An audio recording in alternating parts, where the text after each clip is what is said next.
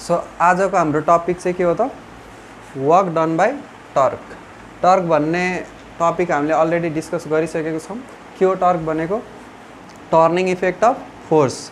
जस्तै कि अब हामीले ढोका खोल्छौँ, ढोका खोल्दाखेरि फोर्स लगाउँदाखेरि ढोका टर्न हुन्छ हो। सो त्यो भयो एउटा टर्निङ इफेक्ट अफ फोर्स। या कुनै अब्जेक्टलाई यसरी रोटेट गराउनु छ, रोटेट गराउँदाखेरि के लगाउनु पर्छ? फोर्स लगाउनु पर्छ। सो फोर्सले गर्दा जुन टर्निङ जुन रोटेसन आउँछ त्यो इफेक्टलाई हामीले के भन्छौँ त? टर्क भनेर भन्छौँ। सो टर्कले गर्ने काम, वर्क डन बाई टर्कलाई बुझ्नको लागि यहाँनिर एउटा मानव एउटा ढुङ्गा जस्तो अब्जेक्ट छ, ढुङ्गालाई यसरी ठाडो बनाएर राखेको छ र यसलाई रोटेट गराइरहेको छ यसरी। यो डाइरेक्सन भनेको एन्टी क्लकवाइज डाइरेक्सनमा रोटेट भइरहेछ, घुमिरहेछ। र यो एउटा पार्टिकल छ, यहाँनिर मैले एउटा सर्कल क्रिएट गरेको छु। यहाँ एउटा पार्टिकल छ पोइन्ट ए मा, यहाँनिर एउटा सर्कल म छुट्टै बनाइरहेको छु, क्लियरिटी आउँछ अझै तिमीहरूलाई। पोइन्ट ए मा एउटा पार्टिकल छ, सेन्टरदेखि यसको डिस्टेन्स छ आर।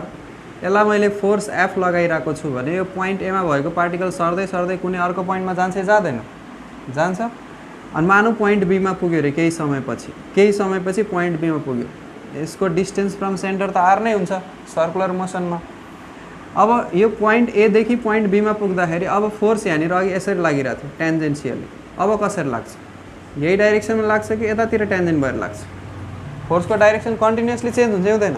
अब मैले माने यो मार्करलाई यसरी घुमाइरहेको छु, यसरी कन्टिन्युअसली यसरी घुमाउँदाखेरि, या बिर्को खोले होला नि तिमीहरूले, बिर्को खोल्दाखेरि फोर्स त्यो ढक्कन घुमिन्जेल जति घुम्छ ढक्कन त्यति नै तिमीहरूको फोर्सको डाइरेक्सन नि त्यही हिसाबले चेन्ज भइरहेको हुन्छ। सो अघि एमा हुँदाखेरि यतातिर थियो, बीमा आउँदा यता भयो।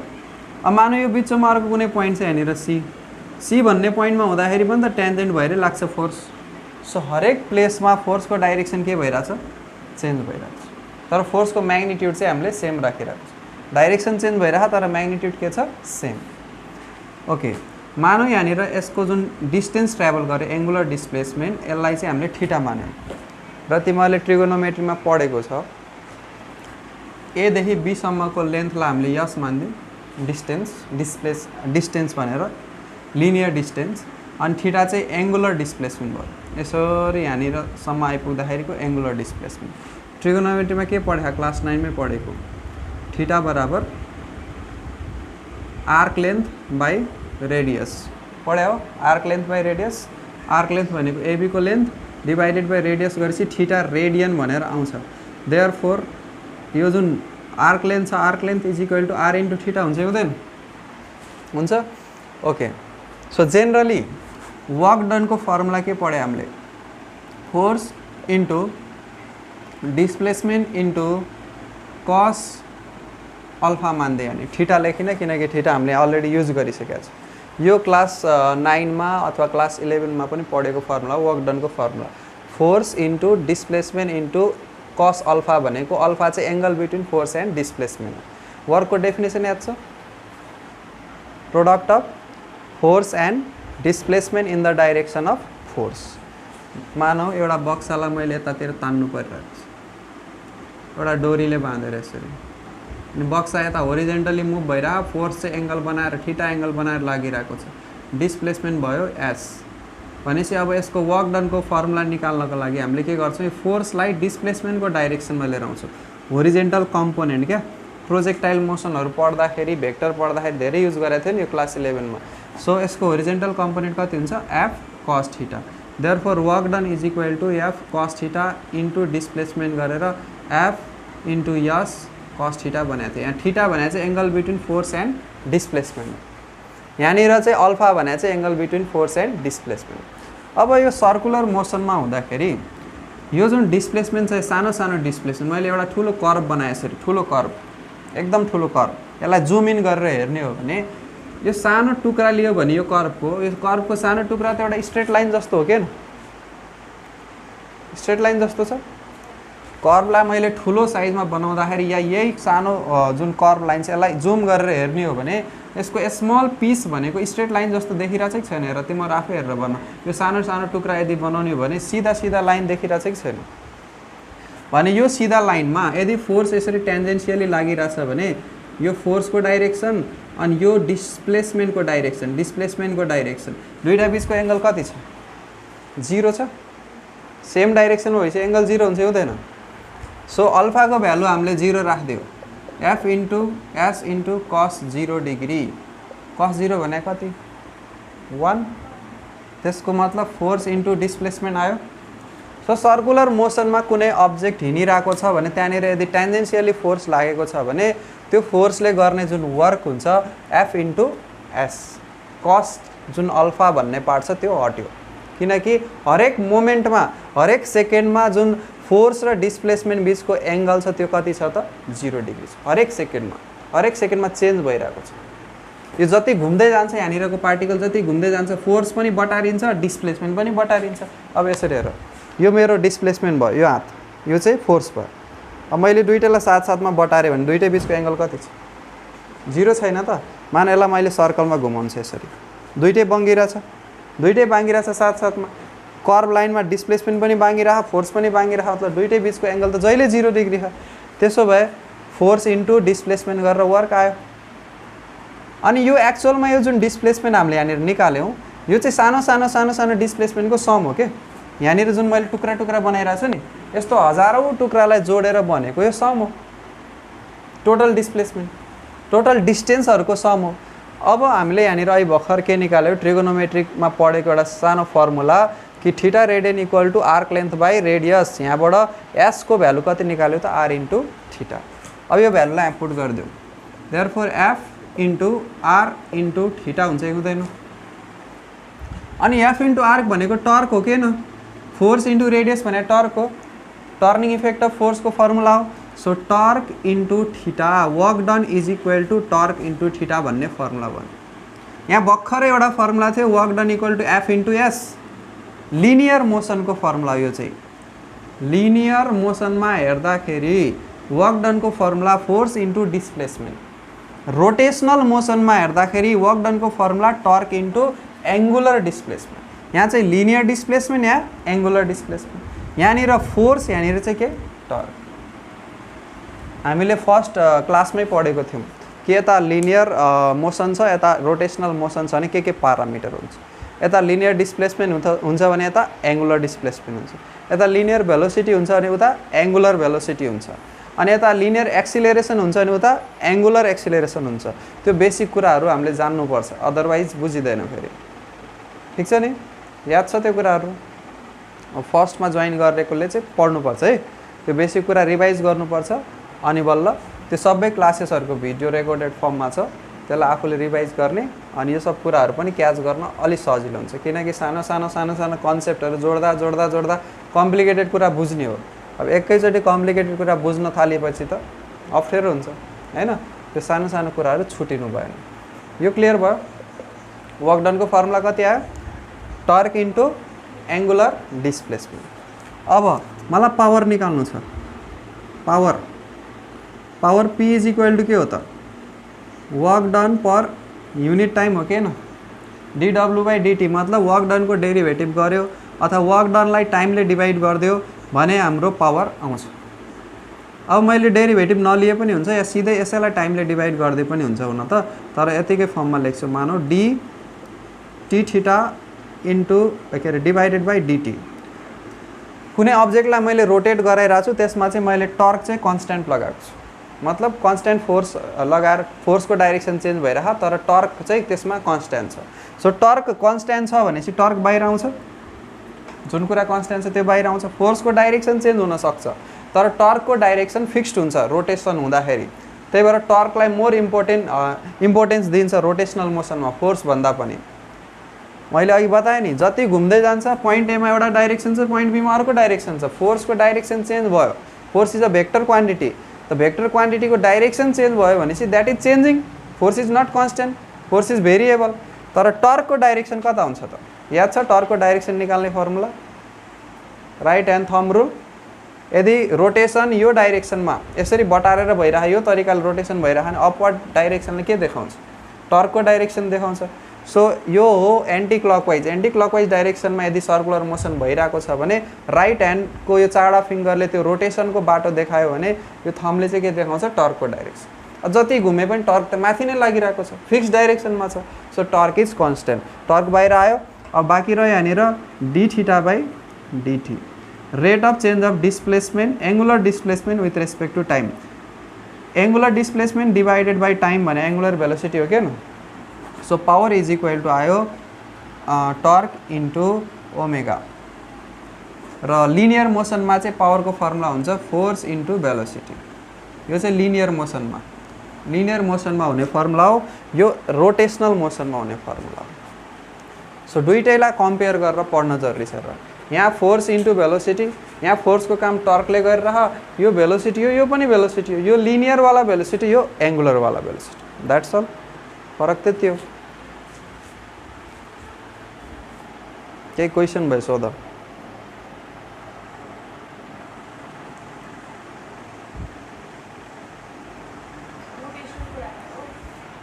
ओके कहाँनिर यो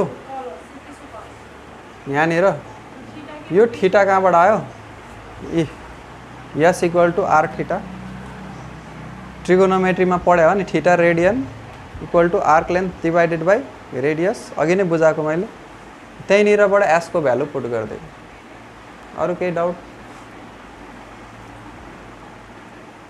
जुनसुकै सब्जेक्ट पढ the art of asking question is more important सुनेर मात्रै हुँदैन र जस्तो सुकै राम्रो टिचर किन नहोस् पढाएको 100% बुझ्छ भने ग्यारेन्टी छैन र मसँग त्यो घमण्ड पनि छैन म चाहन्छु मेरो स्टुडेन्टले मलाई म्याक्सिमम सोधोस् अनि म्याक्सिमम सोधेपछि म्याक्सिमम मैले बताउने चान्स पाउँछु अनि म्याक्सिमम कुराकानी हुन्छ र डाउट क्लियरेन्स हुन्छ तर जहाँनिर यो एकदम शान्त माहौल हुन्छ नि टिचर बोल्न त बोलेछ अनि म आफैलाई डाउट लाग्नु छ चाहिँ बुझ्यो हो र यिनीहरूले के मैले त्यति खतरा पढाइदिएर एकैचोटि एकै झट्कामा बुझेँ हामी स्टुडेन्ट हुँदा त बुझेको थिएन सरलाई कति कुरा सोध्न मन लाग्थ्यो सोधे पनि सरले भनिदिनु हुन्थेन अनि यहाँनिर आएर त्यो ग्याप फिल हुन्छ कि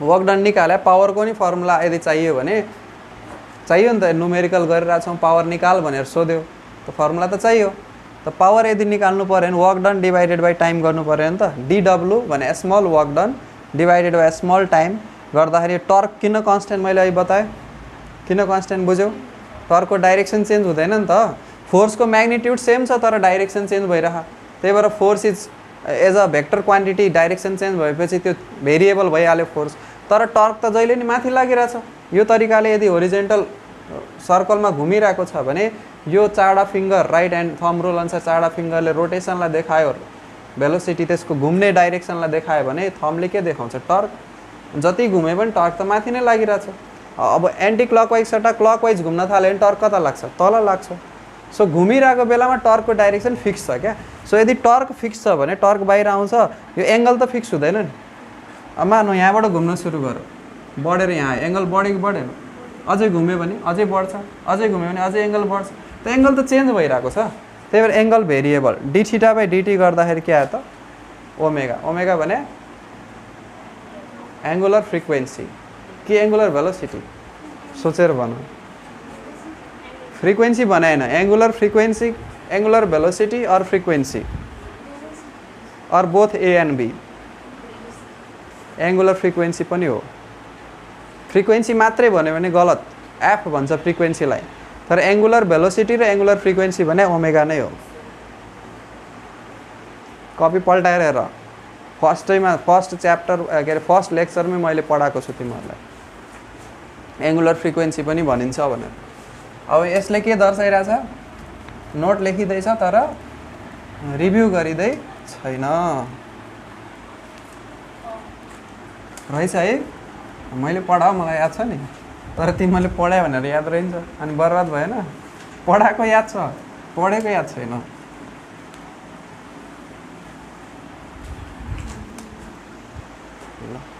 अब work done by couple work done by couple अब कपल भन्दा त्यो गर्लफ्रेन्ड बोयफ्रेन्ड वाला कपल होइन हस्बेन्ड वाइफ वाला कपल होइन फोर्स वाला कपल है फोर्सलाई कुन बेला कपल भनिन्छ कस्तो फोर्सलाई कपल भनिन्छ त्यो बुझौँ त्यसको लागि मैले यहाँ एउटा रड बनाइरहेको छु अनि जसको लेन्थ चाहिँ तिम्रो यसको मिड पोइन्ट यहाँनिर छ र यसको यो मिड पोइन्ट ओबाट यो ए भयो यतातिरको साइड बी भयो एदेखि ओसम्मको डिस्टेन्स आर अनि ओदेखि बीसम्मको डिस्टेन्स पनि आर अनि एउटा फोर्स चाहिँ यसमा यता मासतिर लाग्दैछ एफ अनि अर्को फोर्स यता तलतिर लाग्दैछ एफ अब के हुन्छ होला भन त यसमा कस्तो इफेक्ट देखिन्छ होला यो एउटा रड हो यसलाई फिक्स गरेर राखेको छ ओ भन्ने पोइन्टमा है रोटेसन हुने हिसाबले अब एउटा फोर्स मासतिर लागेको छ एउटा फोर्स तल दुईटै एफ हो है बराबर छ बराबर भए पनि के छ बराबर भए पनि के देखिरहेछ तिनीहरू अपोजिट छ अपोजिट डाइरेक्सनमा छ सेम डाइरेक्सनमा लाउने हो भने त यो लट्ठी माथि जान्छ यसरी सरेर ट्रान्सलेटरी मोसन हुन्छ तर अपोजिट डाइरेक्सन भएपछि कुन मोसन हुन्छ रोटेटरी मोसन हुन्छ जस्तै कि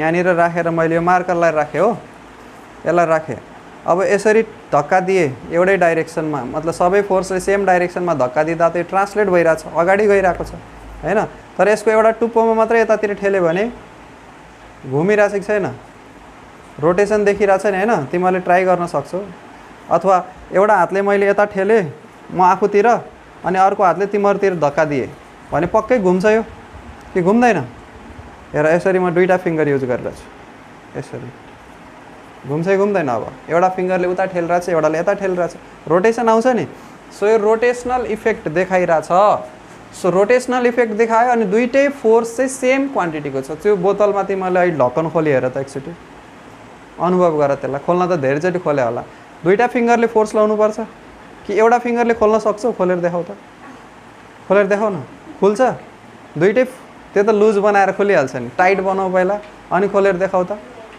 टाइट बनाएर ढक्कन खोलेर देखाउ एउटा फिंगरले खुल्दै खुल्दैन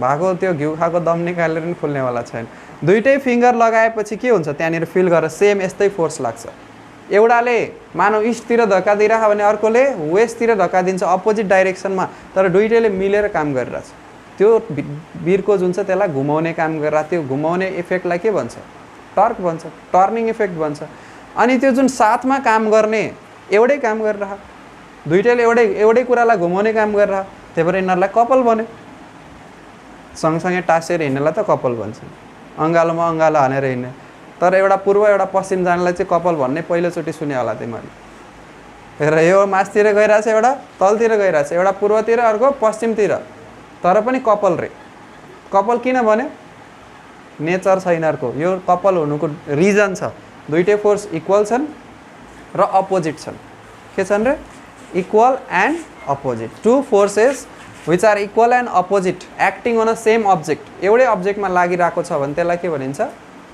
couple and their line of action is different अब लाइन अफ एक्सन भन्ने कस्तो भारी भरकम शब्द आयो भने लाइन अफ एक्सन भनेको हेर एउटा जुन लाइनमा लागिरह कि अर्को पनि तलतिर लाग्दा त्यही लाइनमा लागेछ त छैन नि यिनीहरु बीच ग्याप छ कि छैन छ नि अब हेर यहाँनिर मैले एउटा फोर्स यता तल लगाए अर्को फोर्स यही पोइन्टमा माथि लगाए भने लाइन अफ एक्सन त सेम भयो नि अपोजिट त अपोजिट छ तर लाइन अफ एक्सन सेम भएको भएन हो लाइन अफ एक्सन पनि डिफरेन्ट हुनुपर्छ this is called couple clear कपलको नेचर बराबर हुन्छन् अर्को अपोजिट डाइरेक्सनमा हुन्छ अनि लाइन अफ एक्सन के हुन्छ डिफरेन्ट हुन्छ फेरि एकचोटि कपलको नेचर बराबर हुन्छन् फोर्सहरू बराबर हुन्छन् अपोजिट डाइरेक्सनमा लाग्छन् र लाइन अफ एक्सन के हुन्छ त डिफरेन्ट हुन्छ र काम के हो यिनीहरूको घुमाउने फन फनी गीत पनि छ नि एउटा फन फनी के हो नेपाली गीत दोहोरी हो कि के हो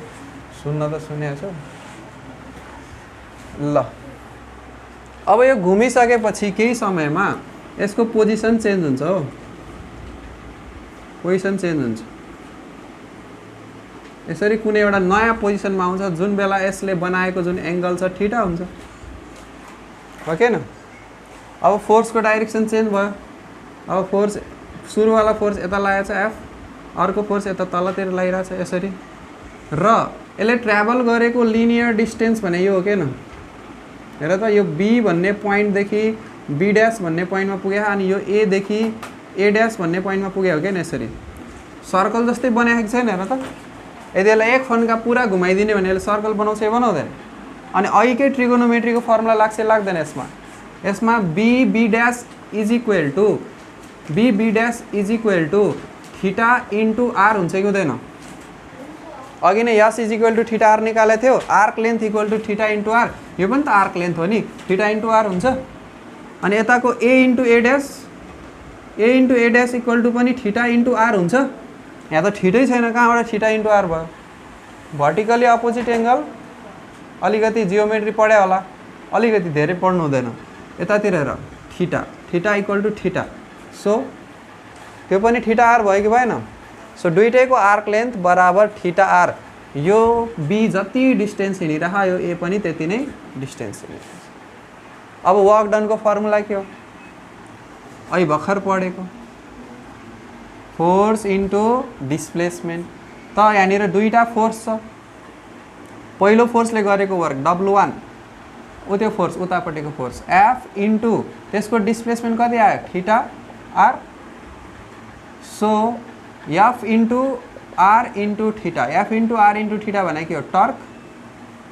टर्क हो कि न कि होइन? टर्क हो, साँच्ची हो? F इन्टु आर भने टर्क हो।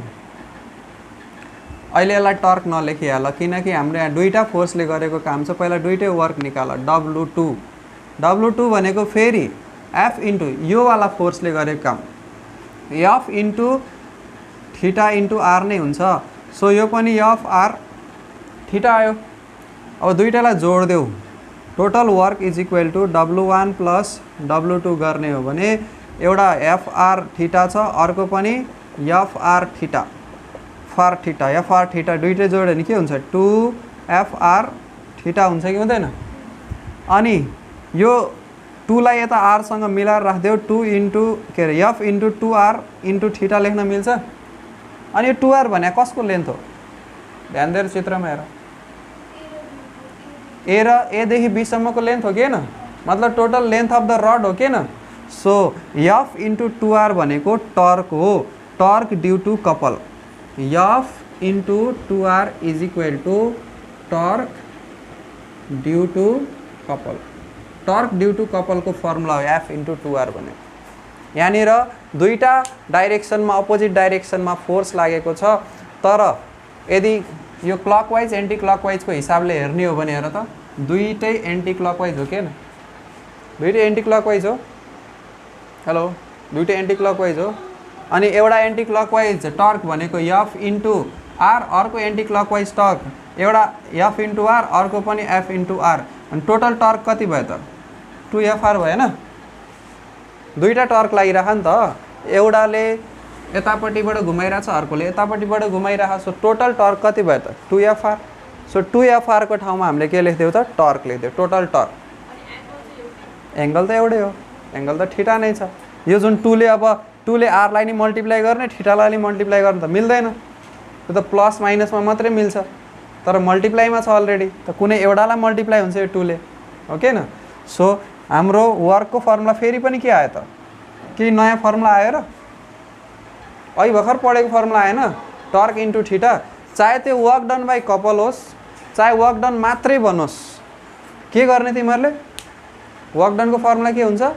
Torque into angular displacement. र एउटा कुरा के ध्यान दिने, कपल भएको बेलामा चाहिँ यो जुन आर छ, यो जुन टोटल डिस्टेन्स लिनुपर्छ हामीले, यहाँनिर फोर्स इन्टु डिस्टेन्स गरेको छौँ नि, त्यो बेलामा distance between A and B लिनुपर्छ टर्क निकाल्दा। यदि आर को भ्यालु मात्रै देखायो भने त्यसलाई 2R गरेर लिने, रेडियस भनेर देखायो भने त्यसलाई डबल गरेर लिने, कि F इन्टु आर मात्रै निकाल्नु। दुईटा फोर्स लागिरह भने टर्क पनि दुईटा हुन्छ, अनि दुईटैको टर्क के गर्नुपर्छ?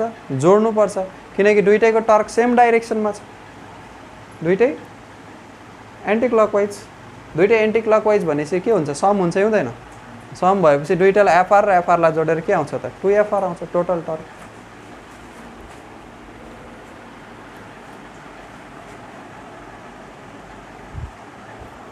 अब अर्को टपिक चाहिँ हाम्रो kinetic energy of a rotating object. Kinetic energy in linear motion के पढाएको थियो याद गर? जेनरली 8, 9, 10 मा पढ्दाखेरि काइनेटिक इनर्जी फर्मुला के पढाएको थियो? 11 मा पढ्दाखेरि, अरे भाइ त्यो पनि थाहा छैन? 1/2 mv² हैन?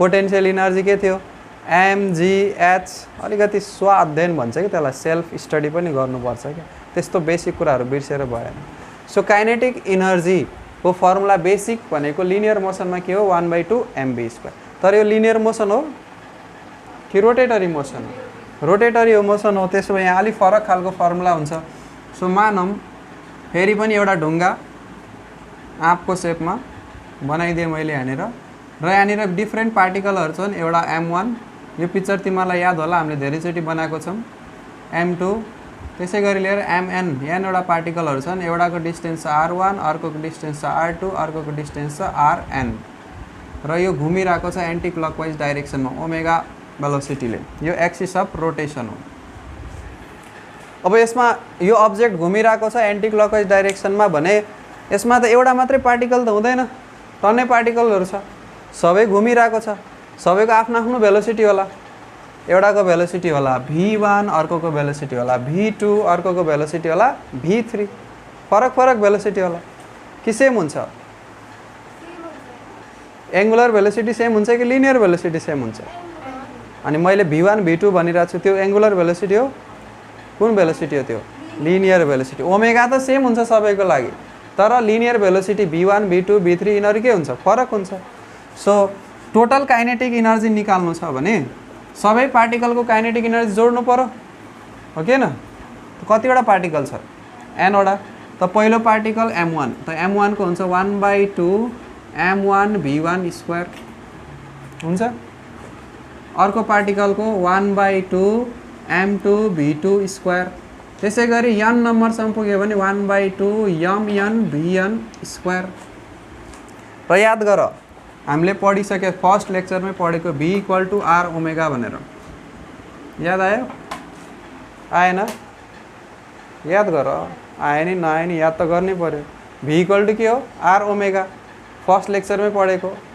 हैन सो v = r ओमेगा अनुसार यहाँनिर हरेक v1 v2 vn जुन छ यिनीहरूको भ्यालु हामी पुट गरौँ 1/2 m1 को ठाउँमा m1 यदि v1 छ भने मैले यहाँ कति लेखौँ भन त r ओमेगा लेखौँ कि r1 ओमेगा लेखौँ v1 को ठाउँमा v1 भने कसको भेलोसिटी फर्स्ट पार्टिकलको v2 भने सेकेन्ड पार्टिकलको अनि v भने जेनरल फर्मुला एउटा नर्मल फर्मुला त्यसलाई युज गर्ने हामीले यदि v1 फर्स्ट पार्टिकलको लागि हो भने यसको डिस्टेन्स कति छ r1 फर्स्ट पार्टिकलको अनि एंगुलर भेलोसिटी त सबैको लागि सेम हुन्छ त ओमेगा 1 लेख्ने कि ओमेगा लेख्ने ओमेगा मात्र लेख्ने अनि यसको होल स्क्वायर छ भने यसमा नि स्क्वायर दुईटैमा स्क्वायर लाग्छ त्यसपछि प्लस 1/2 m2 यहाँनिर के हुने भयो त r2² omega plus dot dot dot plus 1/2 mn rn² अनि ओमेगा²। सो सबैबाट के कुरा कमन आउँछ ध्यान दिएर हेर 1/2 ओमेगा² अनि बाँकी के रह्यो त m1 r1² plus m2 r2² plus dot dot dot plus mn rn² यो भने के को फर्मुला हो यो पहिलो पार्टिकलको मोमेन्ट अफ इनर्सिया यो दोस्रो पार्टिकलको moment of inertia dot dot dot गरेर यो अन्तिम पार्टिकलको मोमेन्ट अफ इनर्सिया हो सबैको मोमेन्ट अफ इनर्सिया जोड्दियो भने के आउँछ त टोटल मोमेन्ट अफ इनर्सिया आउँछ कि आउँदैन भनेपछि यसको ठाउँमा हामीले यसलाई आई लेख्न सक्छौँ आई सो आई लेखिदिउँ अनि ओमेगा² लाई आफ्नै ठाउँमा राखिदिउँ भनेपछि kinetic energy of rotation KE rot भनेको रोटेसनको काइनेटिक इनर्जी कति हुँदो रहेछ त half moment of inertia into भेलोसिटीको स्क्वायर र लिनियर मोसनवाला के थियो अरे 1/2 mv² फरक के छ यो भने के हो मोमेन्ट अफ इनर्सिया हो अनि यहाँ मास भने के हो मात्र इनर्सिया हैन र लिनियर मोसनमा इनर्सिया भन्ने बित्तिकै केलाई सम्झिन्थ्यो हामीले मासलाई inertia is directly proportional to mass भनेर पढिन्थ्यो अनि यो कुन भेलोसिटी एंगुलर भेलोसिटी अथवा एंगुलर फ्रिक्वेन्सी पनि भनिन्छ अनि यो कुन भेलोसिटी लिनियर भेलोसिटी अब हेर त फर्मुला त उस्तै उस्तै देखिरहेछ फर्मुला उस्तै उस्तै देखिने मात्रै हो तर टोटली फरक छ यहाँनिर रोटेशनल वाला फिजिकल क्वान्टिटी युज भएको छ भने यसमा लिनियर वाला फिजिकल क्वान्टिटी युज भएको छ सो यो केही रोटेसनल भयो, यो चाहिँ केही ट्रान्सलेसनल भनेर लेख्छु। यो दुईटै काइनेटिक इनर्जीका फर्मुला हुन्। हामीले यो च्याप्टरमा युज गर्ने फर्मुलामा यो पनि चाहिन्छ र यो पनि चाहिन्छ र बाइ द वे र यही फर्मुलाको युज गरेर यो फर्मुला डेराइभ गरे हो। सुरुवातमा हामीले कुन युज गरेका थियौँ? यही युज गरेका थियौँ। फाइनलमा यो निकाले हो। यो रोटेटरी मोसनसँग रिलेटेड। ल केही छ भने सोध्दा हुन्छ। अब यो त मैले एउटा ढुङ्गा जस्तो अब्जेक्टको लागि या एउटा आँप जस्तो देखिने अब्जेक्टको लागि बताएँ। एउटा फुटबल जुन गुड्किरह जमिनमा, त्यसमा त दुईटै मोसन हुन्छ। गुड्किरहेको फुटबलमा कुन कुन मोसन हुन्छ? गुड्किरह मतलब घुमिरह, त रोटेटरी मोसन। अनि गुड्किरहेछ मतलब एउटा पोइन्टबाट अर्को पोइन्टमा गइ पनि रह, translatory motion. One point to another पोइन्टमा गइरहेको छ। त्यो दुईटै मोसन छ भने त्यसमा दुईटै काइनेटिक इनर्जी हुन्छ हुँदैन? कुन कुन काइनेटिक इनर्जी? रोटेसनलवाला, ट्रान्सलेसनवाला। अनि त्यसको टोटल काइनेटिक इनर्जी कति त्यो निकाल्नु छ हामीलाई। कसको? गुड्किरहेको फुटबलको। अब गुड्किने पनि दुईटा तरिका हुन्छ। एउटा प्लेन सर्फेसमा गुड्किने, अर्को बाङ्गोटिङ्गो सर्फेसमा। अब बाङ्गोटिङ्गोवाला धेरै कम्प्लिकेटेड हुन्छ, त्यही भएर तिमीहरूको सिलेबसमा के छ यस्तो इन्क्लाइन प्लेन। इन्क्लाइन प्लेन थाहा छ नि? एउटा पट्रालाई यसरी अड्याएर राखिदियो भने के भन्छ? Incline plane. त माथिबाट एउटा बल छोडिदियो इन्क्लाइन प्लेनको भने अटोमेटिक आफै झर्दै जान्छ पोटेन्सियल इनर्जी या ग्राभिटीको कारणले गर्दा। त्यो दुईटा कन्डिसनमा होरिजेन्टल गुड्किने र इन्क्लाइन प्लेनमा गुड्किने बेलामा एउटा बलको, एउटा गोलो अब्जेक्टको मोमेन्ट अफ के अरे काइनेटिक इनर्जी कति हुन्छ त्यो हामीले पत्ता लगाउनु छ। गर्ने यो भयो क्लियर? त्यो दुईटा पढेपछि च्याप्टर सक्यो, थ्योरेटिकली सक्यो। न्युमेरिकल्सहरू एमसिक्यूहरू गर्न बाँकी रहन्छ।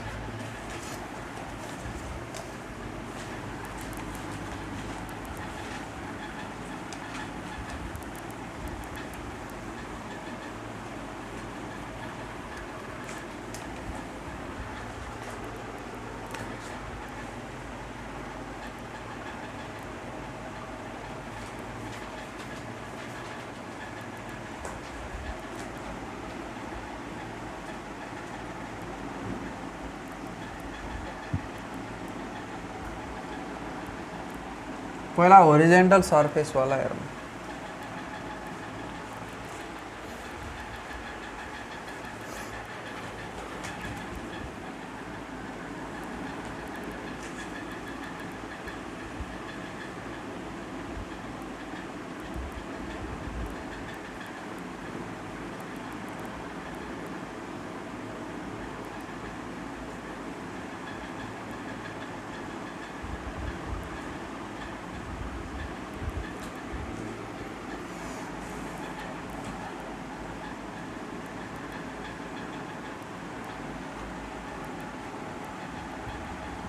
यसरी गुड्किरहेको छ एउटा अब्जेक्ट, पोइन्ट एबाट पोइन्ट बीमा पुग्यो। यो अब्जेक्टको रेडियस तिम्रो आर छ, रेडियस आर छ र यसको मास जुन छ त्यसको मास चाहिँ एम छ।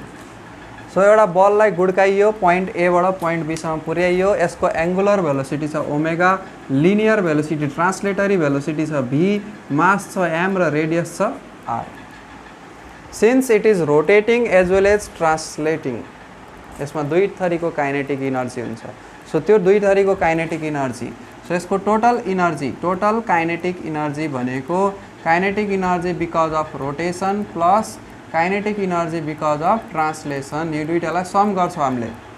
अब मलाई भन, यसको काइनेटिक इनर्जी बिकज अफ रोटेसनको फर्मुला त भर्खर हामीले डेराइभ गरे, 1/2 के पढेको आई ओमेगा स्क्वायर प्लस ट्रान्सलेसनवाला त थाहा छ हामीलाई 1/2 एम भी स्क्वायर। अब यो दुईटाबाट के कमन तान्न मिल्छ र? केही कमन तान्न मिल्छ? यदि यो भी को ठाउँमा हामीले ओमेगाको टर्ममा यसको भ्यालु राखिदियो भने केही न केही कमन तान्न मिल्छ होला, हैन? के हुन्छ भी भनेको? आर ओमेगा पढ्यो, 1/2 I omega square plus 1/2 m v भनेको आर ओमेगाको square, v is equal to r omega हुन्छ। So it will be r square omega square हुन्छ। ओके, के कमन आउँछ अझै पनि हेर्दाखेरि ओमेगा मात्रै कमन आइरहेछ ओमेगा स्क्वायर र 1/2 कमन आइरह र कुनै पनि अब्जेक्टको मोमेन्ट अफ इनर्सिया भनेको m इन्टु के स्क्वायर हुन्छ कि हुँदैन कुनै पनि अब्जेक्ट एउटा रिङको लागि होला एउटा फर्मुला डिस्कको लागि एउटा फर्मुला होला स्फियरको लागि एउटा फर्मुला होला रेक्टेङ्गुलर ल्यामिनाको लागि एउटा फर्मुला फरक फर्मुला पढ्या त्यो फरक अब्जेक्टलाई फरक हुने भने रेडियस अफ गाइरेसन हो अनि सबैको ठाउँमा हामीले के त मान्न मिलिहाल्छ सपोज के भनेपछि जसको पनि भयो अब यहाँनिर मैले गुडाको कुरा फुटबल हो कि रिङ हो कि हलो स्फियर हो कि सोलिड स्फियर हो ग्यारेन्टी छ कि जे पनि हुनसक्छ त्यही भएर मैले यहाँ कुनै फिक्स्ड फर्मुला लिन मिल्दैन यम इन्टु के स्क्वायर लिने के को भ्यालु सिचुएसन अनुसार फरक हुनसक्छ यदि हलो स्फियर ल्याख भने एउटा भ्यालु रिङ ल्याख भने अर्को भ्यालु डिस्क लिएको छ भने अर्को भ्यालु सो यहाँनिर आईको ठाउँमा मैले लेख्छु 1/2 यम के स्क्वायर अनि ओमेगा स्क्वायर प्लस यो एम भने मास हो 1/2 am R square omega square के कमन त आउँछ अब भन त 1/2 यम ओमेगा स्क्वायर कमन आउँछ बाँकी के रह्यो त के स्क्वायर प्लस आर स्क्वायर यहाँबाट आर स्क्वायर कमन तान्दियो भने के हुन्छ 1/2 यम आर स्क्वायर कमन तान्दियो भने यम ओमेगा स्क्वायर आर स्क्वायर हुन्छ अनि यो k square by r square plus 1 हुन्छ हुँदैन यो आर स्क्वायर त्यहाँ छँदै छैन कमन तान्नलाई जबरजस्ती कमन तानिरहेछ हामीले यहाँनिर कमन तान्यो 1 आयो ठिक छ यहाँ छँदै छैन भने काट्नलाई राख्नु पऱ्यो नि हामीले आखिर यो मल्टिप्लाई गरेपछि यो काटिन्छ र यहाँनिर आर स्क्वायर आउँछ सो यो तरिकाले लेख्न मिल्छ अनि फेरि ओमेगा स्क्वायर आर स्क्वायर भने के हो भी स्क्वायर हो के न त यहाँनिर हामीले लेख्न सक्छौँ 1/2 m v square into k square by r square plus 1 यो भने के हो त टोटल काइनेटिक इनर्जी कस्तो अब्जेक्टको रोलिङ अब्जेक्ट कुन सिचुएसनमा रोलिङ होरिजेन्टल कि इन्क्लाइन होरिजेन्टल सर्फेसमा रोलिङ गर्दा अब होरिजेन्टलको हेऱ्यौँ अब इन्क्लाइन सर्फेसको पनि हेर्छौँ हामी यसलाई गरौँ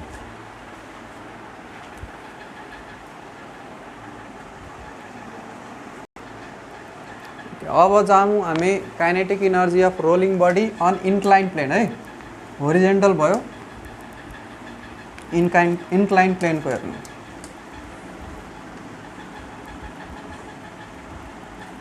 on inclined plane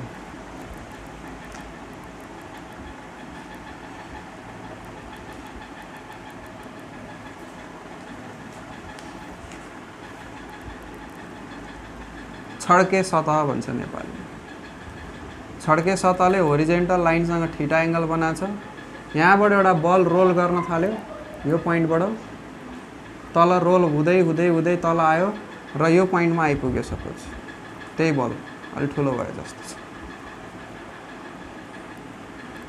यो पोइन्टमा आइपुग्यो यसरी यहाँबाट भी भेलोसिटी यहाँबाट u इक्वल टु 0 भेलोसिटीबाट आएको बल यहाँनिर भी भन्ने भेलोसिटीले एचिभ गर्यो तिमीहरूलाई थाहा छ यहाँनिर मैले यसलाई धक्का दिन जरुरी छैन ग्राभिटीले यसलाई तल तान्छ र मानौ यसको हाइट छ h र यसको जुन टोटल डिस्टेन्स यसले ट्राभल गर्यो यो टोटल डिस्टेन्स छ s र यता डाउनवर्ड यसको एक्सिलरेसन छ a एक्सिलरेसन भने थाहा होला नि अब भेलोसिटी चेन्ज भइरहेको अनि त्यसैलाई त एक्सिलरेसन भन्छ rate of change of velocity हैन ओके अनि यसमा ग्राभिटी कता लागिरहेको छ डाउनवर्ड डाइरेक्सनमा हो तर ग्राभिटीको कुरा पछि गरौँला यता ध्यान दिनु यहाँनिर त्यो अब्जेक्टमा जब यो अब्जेक्ट यो हाइटमा थियो यसमा कुन इनर्जी छ जब हाइटमा त्यो रोकेर मैले बललाई यतिको समातेर राखिरहेको छु पोटेन्शियल इनर्जी जब छोडिदिए के भयो त्यो पोटेन्शियल इनर्जी बिस्तारै कन्भर्ट हुँदै हुँदै केमा गयो त काइनेटिक इनर्जी अब यहाँनिर जुन म्याक्सिमम पोटेन्शियल इनर्जी थियो त्यो घट्दै घट्दै घट्दै पोटेन्शियल इनर्जी यहाँ आएर के हुन्छ 0 अनि जब पोटेन्शियल इनर्जी सक्यो सबै इनर्जी केमा चेन्ज भयो काइनेटिकमा यसले भन्छ law of conservation of energy energy can neither be created nor be destroyed but one form can be transferred into another form so यो पोटेन्शियल इनर्जी ट्रान्सफर्म भइरहेछ काइनेटिक इनर्जीमा यहाँनिर 0 भेलोसिटी थियो यहाँनिर भी भन्ने भेलोसिटी आयो ग्राभिटीले तानिरहेको छ सो यो सिचुएसनमा चाहिँ हामीले के लिन्छौँ भने potential energy equal to kinetic energy है पोटेन्शियल इनर्जी इक्वल टु के त काइनेटिक इनर्जी फर्मुला त mgh नै हो अब यो चाहिँ के हो त law of conservation of energy according to law of conservation of energy the total potential energy at the top and total kinetic energy at the bottom is always equal. There is no loss of energy.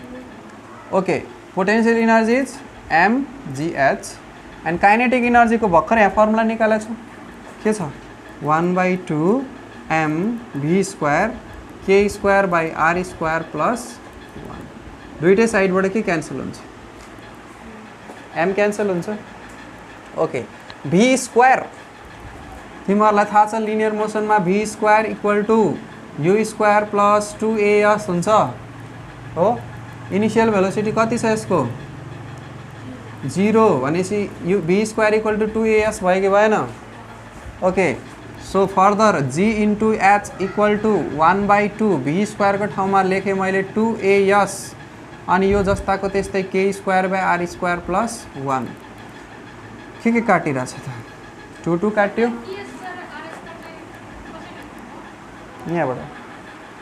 यहाँको छाप्दिएको मैले अहिले derive गरेको थिएँ नि हामीले हो त्यही लगेर छाप्दिएको रोलिङ बडीको काइनेटिक एनर्जी के दुई थरी काइनेटिक एनर्जी छ नि त त्यसमा एउटा त गुड्किनुको कारणले के अरे ट्रान्सलेट हुनुको कारणले अर्को रोटेट हुनुको कारणले सो त्यो फर्मुला त अघि नै डेराइभ गरेँ त्यसलाई डाइरेक्ट युज गरेँ अहिले त्यो पनि फेरि डेराइभ गर्ने त होइन हैन सो काइनेटिक एनर्जी भने तिमीलाई लाग्यो होला 1/2 mv स्क्वायर होइन 1/2 mv square into k square by r square plus 1 हो जुन हामीले अघि नै गरिसक्यौँ क्लियर ओके अब हामीलाई निकाल्नु के छ भने काइनेटिक एनर्जी सरी मैले टपिक गलत हालेको छु kinetic energy of a rolling body हैन एक्सिलरेसन चाहिँ निकाल्ने हो है हामीले यहाँनिर रोलिङ बडी के निकाल्ने हो एक्सिलरेसन काइनेटिक एनर्जी त यति नै हुन्छ 1/2 mv square k square by r square plus 1 kinetic energy same हुन्छ टपिक चेन्ज गर acceleration of a rolling body on an incline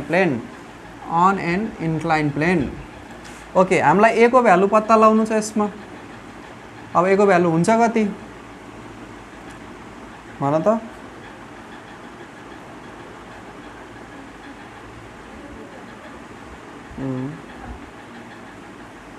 थाहा छैन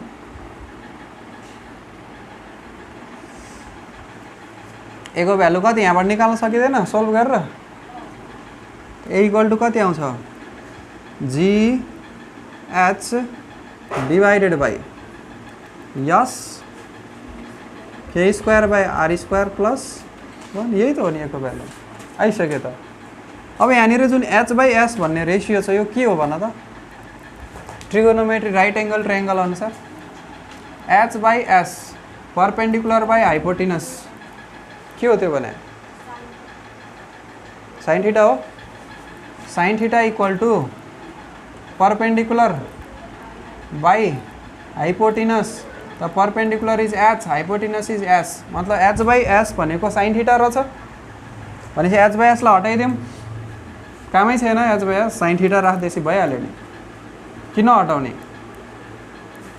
हटाउनु हटाउनै पर्छ भन्ने रुल छैन क्या तर मानौ हाइट दिएको छैन अनि डिस्टेन्स पनि देखाएन तर थीटा दिएछ भने हाइट र डिस्टेन्स कहाँबाट ल्याउने थीटाको युज गर्नु छ नि त मानौ हाइट पनि देखा डिस्टेन्स पनि देखा भने यही फर्मुला युज गर फर्मुला आइसक्यो तर हाइट र डिस्टेन्स दुईटै दिएको छैन in that case a equal to g अनि एच बाई एसलाई हटाएर यसको ठाउँमा साइन थीटा आयो divided by k square by r square plus 1 यो तलको फर्मुलालाई मैले मेटाइदिनु पर्यो सो यो कसको एक्सिलरेसन इन्क्लाइन प्लेनमा रोल गरिरहेको एउटा बलको एक्सिलरेसन इन्क्लाइन प्लेनमा रोल गरिरहेको एउटा बलको एक्सिलरेसन ओके फेरि पनि फर्दर यहाँनिर हामीले ध्यान दिउँ moment of inertia is equal to M into k square हो यदि मैले के स्क्वायरको भ्यालु निकाल्नु पर्यो त के स्क्वायर इक्वल टु के हुन्छ I by M value put गरी हेरौँ एउटा फर्मुला भयो यसलाई याद गर है एउटा फर्मुला हामीले याद हुनुपर्ने अब त्यो के स्क्वायरको ठाउँमा यदि आई राखिदिनु पर्यो भने it will be g sine theta divided by k square भनेको I by M so it will be I divided by M R square plus 1 यति हुन्छ अनि यसलाई एलसीएम सबै लिएर माथि फाल्दिने भने एमआर स्क्वायर माथि जान्छ अनि जी साइन थीटा अनि divided by I plus MR square यति आउँछ कि आउँदैन ध्यान दिएर हेर एकछिन अनि भन यस अर नो। यहाँ मैले डाइरेक्ट लेखेको छु एलसीएम लिएर यति आउँछ कि आउँदैन फाइनलमा। या तलमाथि एमआर स्क्वायरले मल्टिप्लाई गर्दा नि यहाँनिर एमआर स्क्वायर आउँछ यो काटिन्छ अनि यहाँनिर नि एमआर स्क्वायर आइकन तलमाथि एमआर स्क्वायरले मल्टिप्लाई गर्दैछ। या एलसीएम लिएर गऱ्यो भने यो एमआर स्क्वायर पल्टेर माथि जान्छ जाँदैन सिम्पल कुरा हो गरेर हेऱ्यो भने निस्किहाल्छ यति।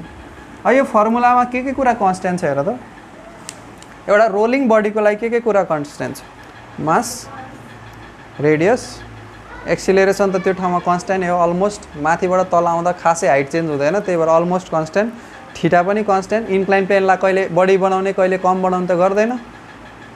अनि यो आई फरक हुनसक्छ अब्जेक्ट अनुसार फुटबल ल्याखा भने अर्कै होला या सर्टपुटको बल ल्याखा भने अर्कै होला रिङ लेछ भने अर्कै होला हलो सिलिन्डर ल्याखा भने अर्कै होला सोलिड सिलिन्डर ल्याखा भने अर्कै होला कस्तो खालको अब्जेक्ट ल्याखा त्यसमा डिपेन्ड गर्छ।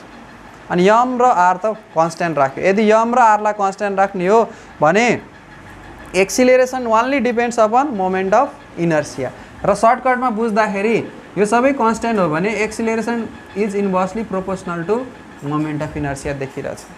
यसको मतलब मोमेन्ट अफ इनर्सिया जति धेरै भयो एक्सिलरेसन त्यति थोरै हुँदो रहेछ। फेरि रिपिट गर मोमेन्ट अफ इनर्सिया जति धेरै भयो एक्सिलरेसन त्यति के हुँदो रहेछ थोरै हुँदो रहेछ। अनि त्यसको मतलब जसको मोमेन्ट अफ इनर्सिया धेरै छ त्यसलाई यहाँबाट गुड्कायो भने त्यो छिटो आउँछ कि ढिलो आउँछ। ए र बी भन्ने दुईटा अब्जेक्ट के अरे ए र बी भन्ने दुईटा अब्जेक्ट छ जसमा एउटाको मोमेन्ट अफ इनर्सिया ए को मोमेन्ट अफ इनर्सिया बढी छ बी को भन्दा भने ए छिटो तल आइपुग्छ कि बी छिटो तल आइपुग्छ। दुईटैको मास सेम छ रेडियस सेम छ